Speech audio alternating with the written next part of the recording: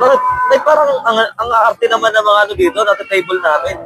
Ano, okay lang ba na ilalabas kita? Kasi, siyempre, nakarami na tayo eh. Baka po pwedeng ilabas na kita. Hindi kasi ako nagpapalabas, sir eh. Pasensya ka na. Paano hindi nagpapalabas? Eh, sayang naman yung ininom natin. Ayun nga yung plano ko dito eh, na ilalabas kita. Kaya nga kita Wala naman kasi sa pinag-usapan yun eh. Paano wala sa pinag-usapan? Di ba pagka tinable kita, pwede na kitang ano? Yung pwede ko nang gawin yung mga pwede kong gawin?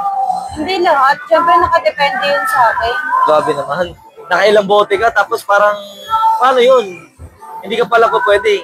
Baka po pwede ako mag-request sa manager mo na ilalabas kita. Kahit mag-request ka kung ayoko eh. Bakit?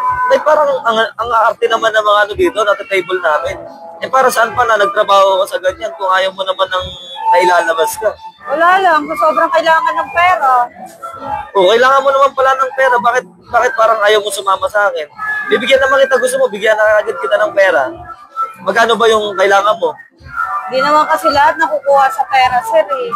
Oh, hindi pa kaya nga nagtrabaho ka dito eh, dahil sa pera. Tapos ngayon, may pera na, ayaw mo pang ano. Sasama ka lang naman sa akin eh. Papaligayahin mo lang ako. Hindi talaga, sir, kasi hindi lahat makukuha mo sa pera.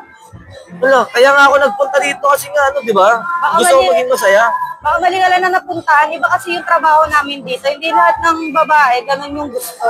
Na makukuha mo sa pera, magagalaw mo dahil sa pera. Eh sayang naman yung ano, yung tinable pa kita tapos hindi naman pala kita yung matitikman.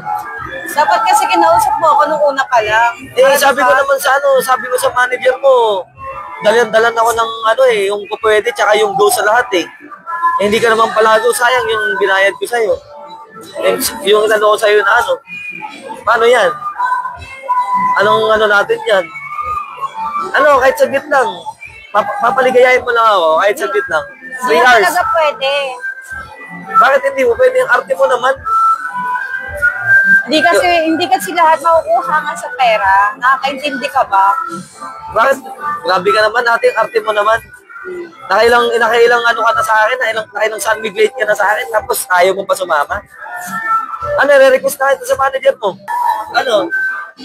Kung gusto mo, bigyan na lang kita ng iba. Eh, paano bibigyan nakarami na tayo, tapos bibigyan mo ko ng iba? Pwede ko ipalipat yung nainom ko dun sa makukuha mo na bago. Wag lang ako, kasi may asawa nga ako eh. Huwag kang makulit. May asawa ka naman pala, tapos tutuwa dito, lakas ng loob mo sa mga customer. Eh, ma-appear naman pala. Sige na, ulit mo na yung sinasabi mo. Sabi ko, yan, tayo ka na. Sige.